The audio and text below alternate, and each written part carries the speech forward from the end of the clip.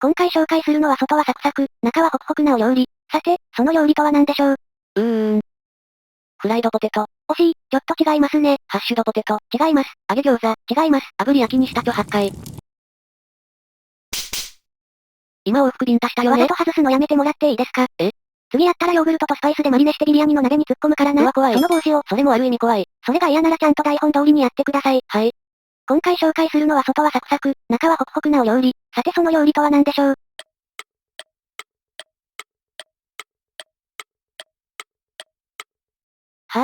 今ため息ついたよね。コロッケ。どうもこんにちは。いつもインドのコロッケを押し付けたい猫田です。今回作るのはアールーテッキです。アールーテッキ？アールーはジャガイモ、テッキはカツレツやコロッケという意味です。つまりジャガイモのコロッケか。そのまんまだな。アールーテッキは外はサクサク、中はホクホクなジャガイモ料理で、メインのおかずというよりはスナックに分類されます。スナック？スナックってお菓子じゃないの？スナックというのは軽食のことです。コンビニで売られているホットスナックみたいに、小腹が空いた時に食べるやつですね。インドにはこういう食べ物がたくさんあります。インドでは晩ご飯の時間が日本より遅いから、夕方に屋台なんかでこういうスナックを買って食べることも多いみたいね。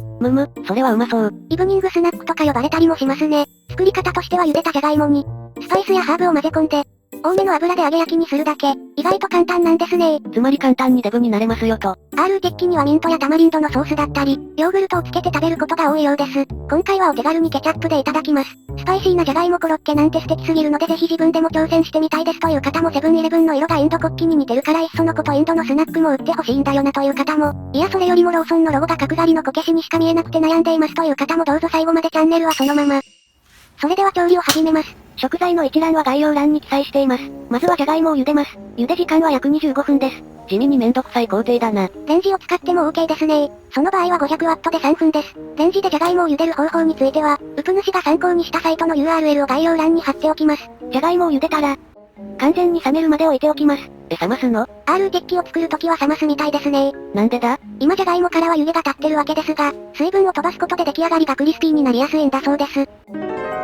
6時間って長えな。ここは時間をかけてでもしっかり冷ましましょう。ジャガイモが冷めたら皮を剥いて、シュレッドしていきます。シュレッド？これを使ってジャガイモをしりしりします。なんか見たことあるな。なんだっけ？しりしり器ですね。沖縄の人参しりしりを作るときに使うやつです。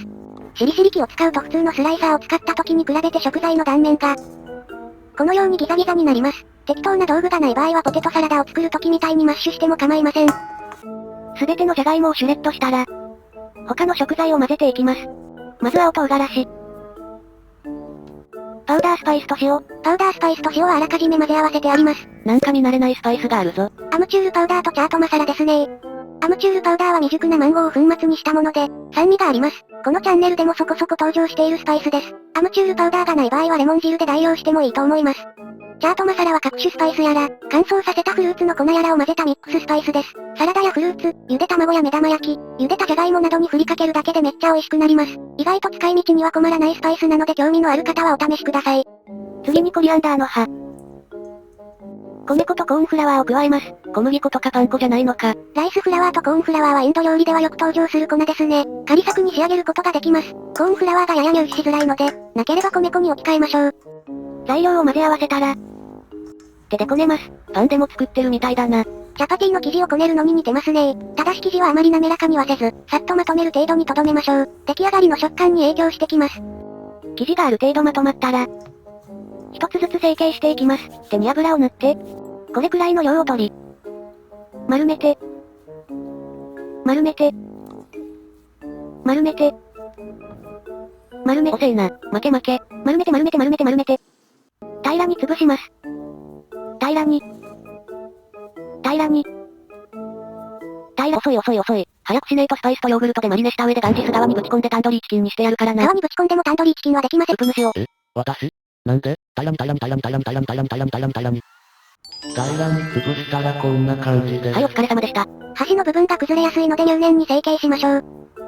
全部で7個できました。なんか1個だけ大きくない？中途半端に生地が余っちゃったんですね。この手の料理を作るときにはよくあることなので、気にしない、気にしない、気にしない。一休さんのノリでごまかそうとするのはやめてほしい。次にフライパンに正義感を熱して、相変わらず正義感が強い。このチャンネルの基本方針みたいなもんですよ。ずんどこ揚げ焼きしていきます。揚げ焼きするのに十分な量の油を使いましょう。火加減は弱めで、このまま動かさずに5分放置します。大丈夫なのか？両面にこんがりと色をつけるイメージです。5分経ったら、ひっくり返して、うまそう。生地を崩さないように気をつけましょう。さらに5分揚げ焼きにします。両面とも5分揚げ焼きしたら最後の仕上げです。もう一度ひっくり返して、中火で2分揚げ焼きします。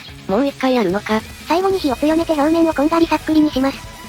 2分経ったらまたひっくり返して、もう片方の面も同じように2分揚げ焼きにします。両面ともこんがりと焼き色がついたら引き上げます。出来上がりはこんな感じです。むちゃくちゃうまそうだな。小腹が空いた時にはたまらんやつですね。続けて残りの生地も、同じように揚げ焼きにしたら、せーの。押し付けたぜ。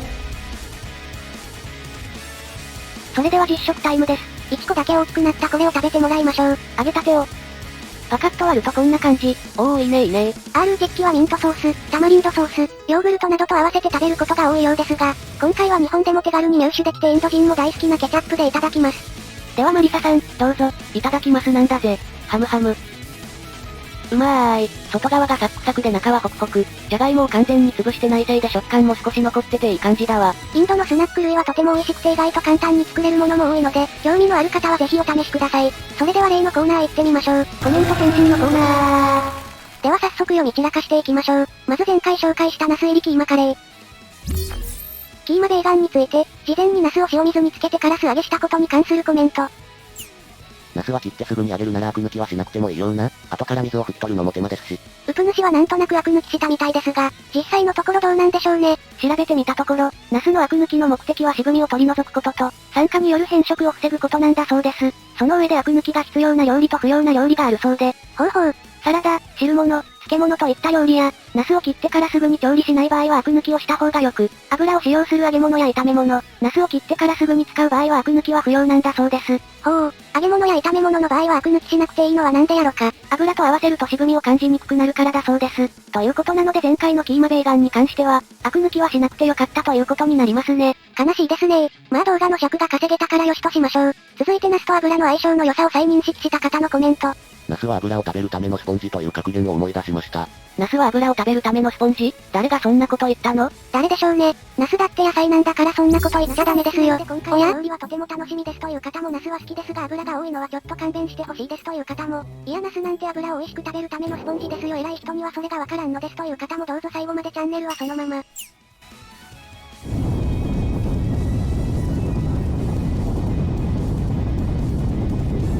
はいでは次のコメント。女8回ってカレーなのか。女8回がカレー？誰がそんなこと言ったんでしょうね。誰よそんなこと言うのは、女8回だって豚人間なんだからそんなこと言っちゃダメでしょ。あら？カレーって呼ばれそうじゃない？カレーですよ。じゃあ担々麺はカレーですよ。チリコンカンはカレーですよ。ロコモコはカレーですよ。イナゴの佃煮はカレーですよ。女8回はカレーですよ。いやほら女8回も焼いてしまえば豚の丸焼きだし、スパイスとヨーグルトでマリネしてから焼けばキリポークカレーと言えるでしょ。レイムさん。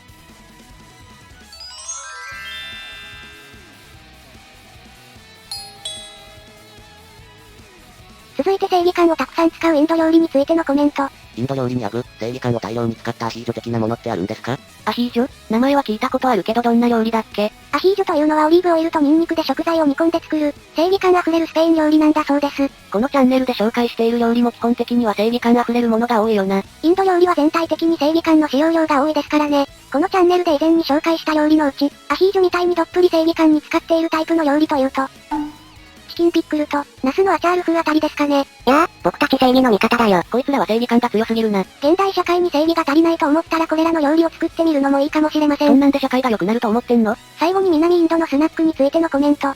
川崎駅西側の南インド料理の店の動作には潰した蒸しじゃがいもが塗ってありました。動作ってなんだっけ？これですね。でかすぎる。これは特に大きい動作ですね。動作というのは南インドのスナック、つまり軽食で、ウラドダールという豆と米をすりつぶしてから発酵させた生地を、クレープ状に薄く広げて焼いたものです。今回作った R 鉄器もスナックだったっけ？インドには美味しいスナックがたくさんあります。